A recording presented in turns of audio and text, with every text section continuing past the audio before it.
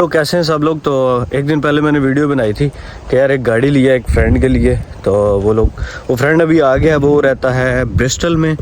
Bristol Cardiff और ये सारे जो सिटीज़ हैं ना ये आपस में साथ आते हैं। काफ़ी सारे लोग कमेंट्स में मुझे बता रहे हैं, कुछ लोग आ भी गए हैं ब्रिस्टल में भी और कार्डिफ में भी।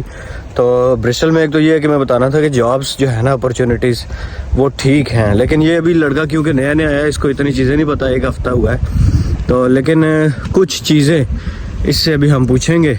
एक तो ये पूछेंगे कि जो कैश होता है उसके इंटरव्यू में क्या चीज़ें पूछी जाती हैं। दूसरा हम लोग पूछेंगे सबसे इम्पोर्टेंट क्वेश्चन, इमिग्रेशंस ने क्या क्वेश्चन पूछे थे इनसे। तो पहले इमिग्रेशंस का पूछेंगे, उसके बाद फिर कैश वाली बात पे आते हैं, और फिर जॉब अपॉर्चुनिटीज़ क्या हैं ब्रिस्टल में और जॉब हंट कैसे, ये वो इस बारे में भी कोशिश करेंगे पूछने की। तो ये राजा जहाज़ेब इनका नाम है, he is my best friend.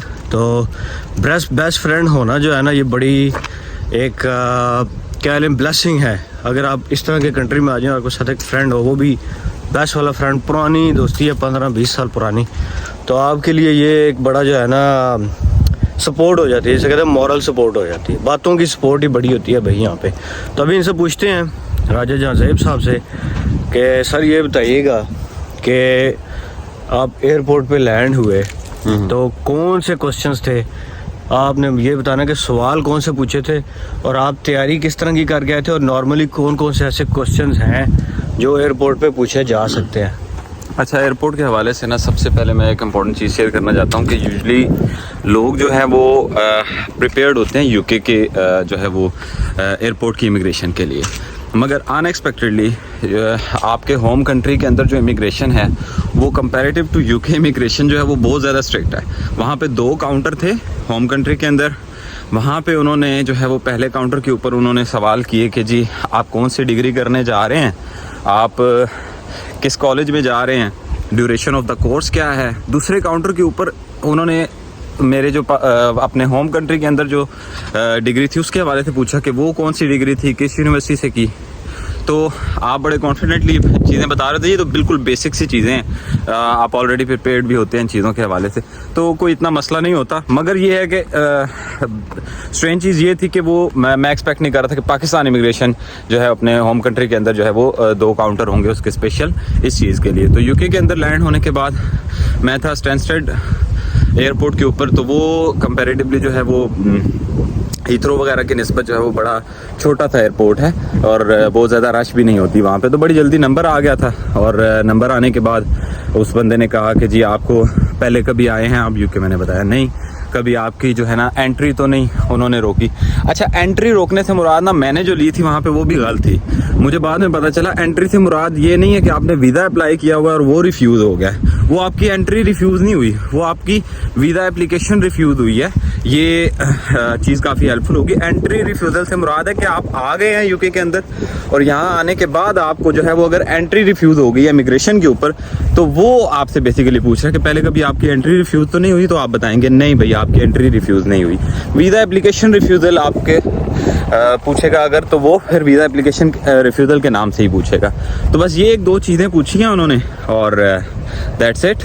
और यूनिवर्सिटी की ड्यूरेशन, और हाँ जो आपका लेटर आता है एम्बेसी से तो वो ज़रूर मांगते हैं वो, वहाँ पे भी आपके होम कंट्री के अंदर भी और यहाँ पे भी आपके यूके के अंदर भी। उसके साथ दूसरी इम्पॉर्टेंट चीज़ ये है कि मैंने ये किया था, ऑल्दो कि मुझे उसकी ज़रूरत नहीं पड़ी, बहरहाल आपको भी ये करना चाहिए। मुझे लगता है कि अपने जितने डॉक्यूमेंट्स हैं ना, जो फाइल आपने एम्बेसी के अंदर दी है, अल्लाह ना करे अगर कोई कम्प्लेक्स सिचुएशन डेवलप होती है तो उस सूरत में आपके पास जो है वो डॉक्यूमेंट सारे होने चाहिए एक प्रिपेयर्ड फाइल के अंदर, और जो गैर ज़रूरी हैं उनको आप अलग रखें, एक प्रॉपर फोल्डर बना के रखें।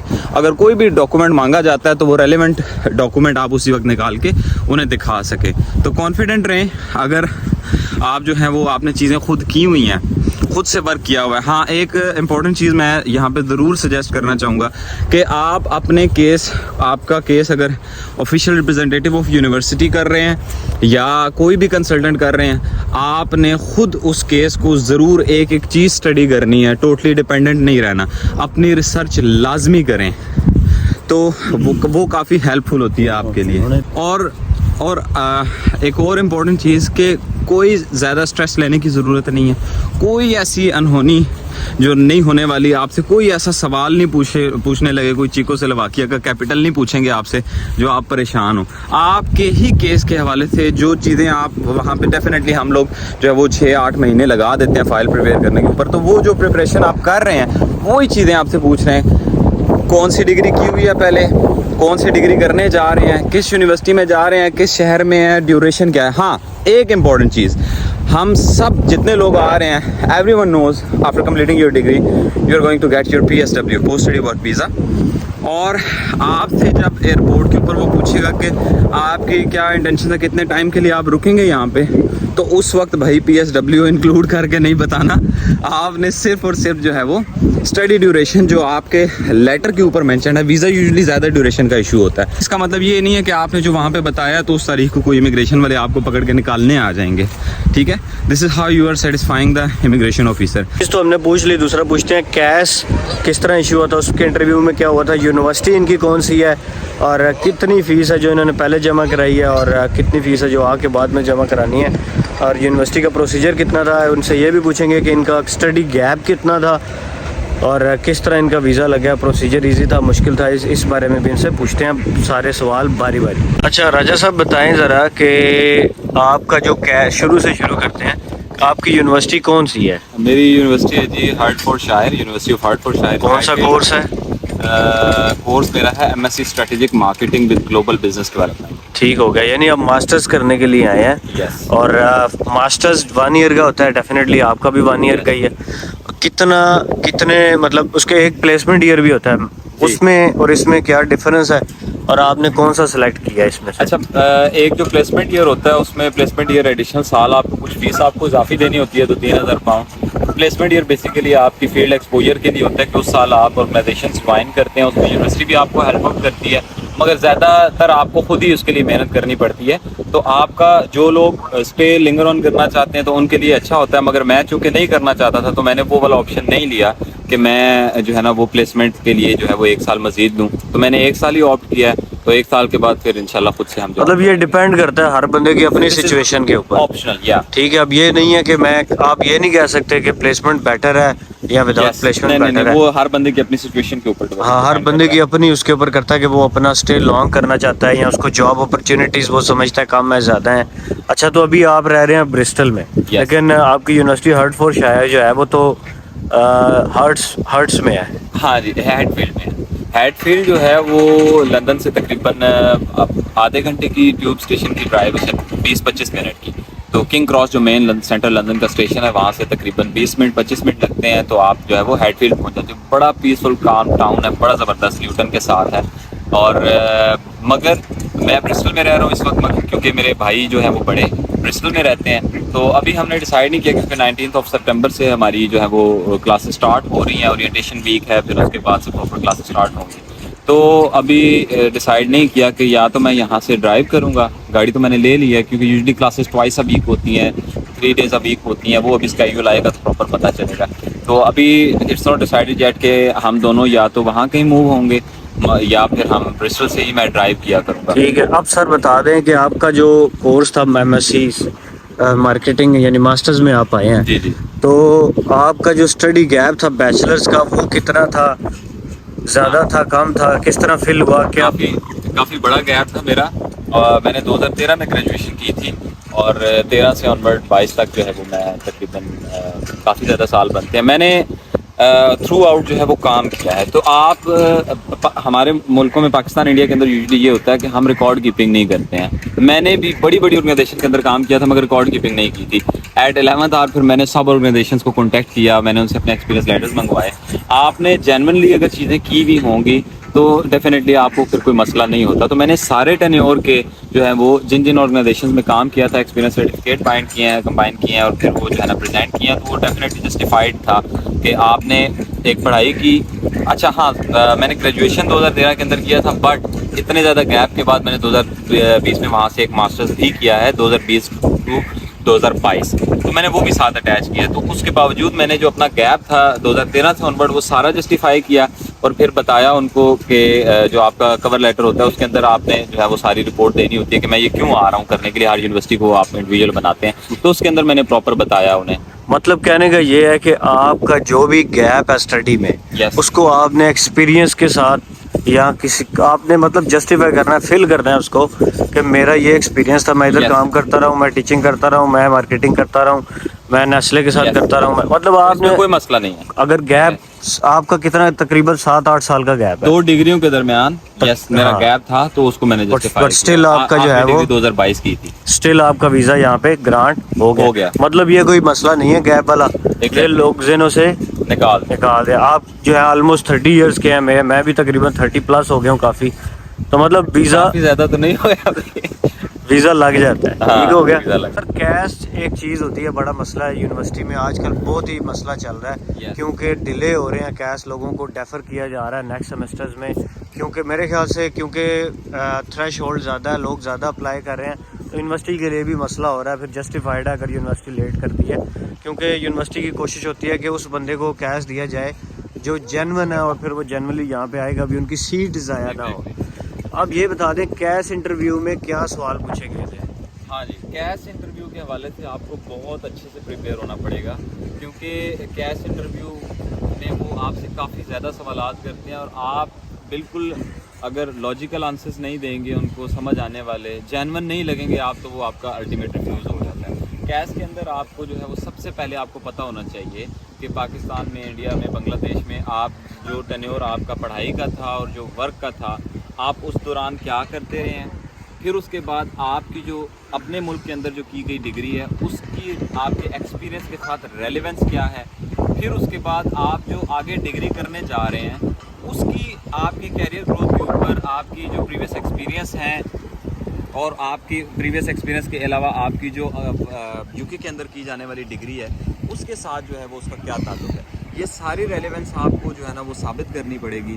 तो आप जब तक ये साबित नहीं करेंगे तो आप एक जस्टिफाइड जो है वो स्टूडेंट नहीं होंगे। तो आपको ये साबित करना है, सारा उनको बताना है। उसके अलावा जो मोस्ट कॉमन क्वेश्चंस होते हैं regarding university, you should be well prepared. मैं बार बार ये बात कहता हूँ कि आपको अपनी केस के ऊपर खुद से रिसर्च करनी है, खुद से काम करना है। कोर्स जो आपका सिलेक्ट किया हुआ आपने वहाँ से आप निकाल के देखें कि आप कौन कौन से सब्जेक्ट्स पढ़ने जा रहे हैं।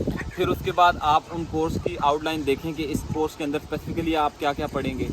फिर उसके बाद आप ये देखें कि आपको इनमें से कौन सा बेहतर लग रहा है। यूजुअली ये क्वेश्चन पूछा जाता है कि आपके इंटरेस्ट का इनमें से कौन सा कोर्स है। Along with that you should be prepared कि आप इसी यूनिवर्सिटी में आना क्यों चाहते हैं, आपने बताना है। उसमें यूजुअली आपको यूनिवर्सिटी की रैंकिंग का पता होना चाहिए, यूनिवर्सिटी की लोकेशंस का पता होना चाहिए, वहाँ के जिस सिटी में सिचुएटेड है उसके बेनिफिट्स का पता होना चाहिए। फिर आप वहाँ का जो फैकल्टी है उनकी क्वालिफ़िकेशन देखें और आप उनके बारे में आपको पता होना चाहिए कि यहाँ की जो फैकल्टी है जो कोर्स में पढ़ने जा रहा हूँ वो काफ़ी हाईली क्वालिफाइड है, उन्होंने ये रिसर्च की हुई है, या यूनिवर्सिटीज़ ने ये बैकग्राउंड है यूनिवर्सिटी का, यूनिवर्सिटी की रैंकिंग अच्छी है। तो ये सारी चीज़ें। फिर यूके ही क्यों आपने ऑप्ट किया है। एक और चीज़ आपसे वो ये भी पूछते हैं कि यूके में आपने कितनी यूनिवर्सिटीज़ में किया था, फिर आपने उनमें से कोई ऑफ़र आया नहीं आया, फिर आपने ये वाली यूनिवर्सिटी क्यों ऑप्ट की है, और फिर यूके ही क्यों, आप ऑस्ट्रेलिया क्यों नहीं गए, कनाडा क्यों नहीं गए, या मतलब पूछते हैं कि दूसरी डेस्टिनेशन आपने सेलेक्ट की है कि नहीं की। तो ये बेसिक चीज़ें होती हैं। अच्छा सर एक और चीज़ बता दें, केस खुद करना चाहिए या किसी कंसल्टेंट के थ्रू करना चाहिए? अच्छा, इसमें भी ना आप देखें, यूजुअली ना आप नेट के ऊपर देखते हैं लोग डाल देते हैं कि जी I got 8 bands with 5 days preparation. अब वो यूजुअली देखें हर बंदे का अपने बैकग्राउंड के ऊपर डिपेंड कर होता है। अब बीकन हाउस का लड़का उठ के कह देगा कि मैंने 5 दिन की तैयारी के साथ जो है वो 8 बैंड ले ली हैं, 7 ले ली हैं, तो इट डजंट मीन्स कि उसके पास कोई जादुई किताब थी।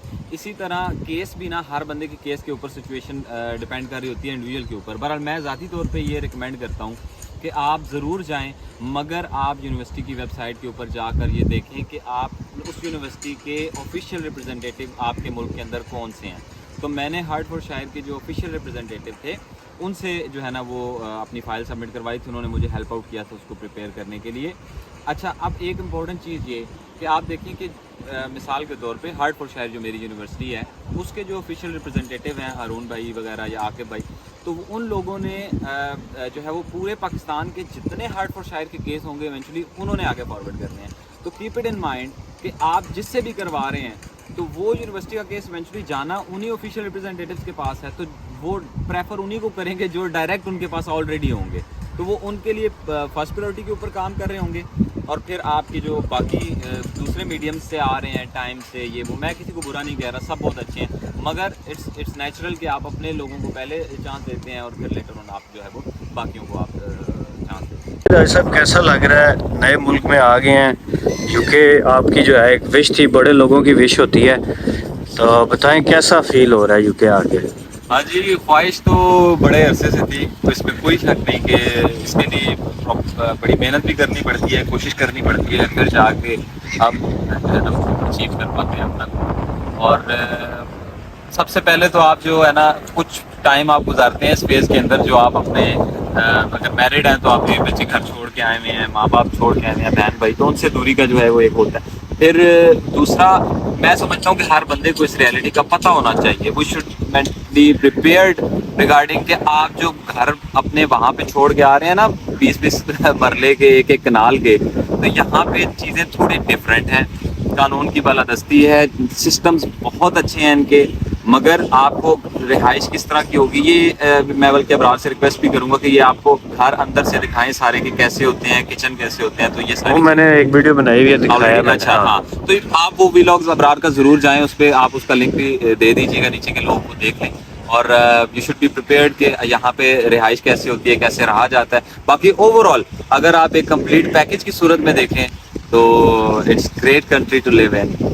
ये लैंड ऑफ अपॉर्चुनिटीज़ कहा जाता है इसे, वर्ल्ड वाइड रिकग्नाइज्ड यूनिवर्सिटीज़ की जो है ना वो आप डिग्रीज लें, पूरी दुनिया के अंदर नाम बनाएं, यहाँ पे रहें तो भी बहुत अच्छा है, वापस जाएं अपने मुल्कों में सर्व करें, जाके गल्फ में जाएं, तो ओवरऑल यहाँ पे रहना जो है वो मेरे ख्याल से जो है ना वो एक बड़ी अच्छी चीज़ है। अच्छा, ये राज साहब से मैंने चीज़ें कंक्लूड कर ली हैं, तो होपफुली जो नए स्टूडेंट्स आ रहे हैं या आ चुके हैं वो सबको बेस्ट ऑफ लक, और उनको चीज़ें समझ आ गई होंगी। अगर किसी को नहीं समझ आई तो भाई कमेंट्स में पूछ सकते हैं। तो मैं अभी राजा साहब के साथ वॉक करूँगा। राजा साहब ने आज ही ब्रिस्टल वापस निकलना है, इनको गाड़ी भी मैंने लेके दी है, गाड़ी कैसे कितने की लिया वो भी मैंने कमेंट बॉक्स में देखें, उधर जाके मैंने उसका लिंक भी दिया है, वो वीडियो भी देखें। तो मिलते हैं अगली वीडियो में, बाय बाय।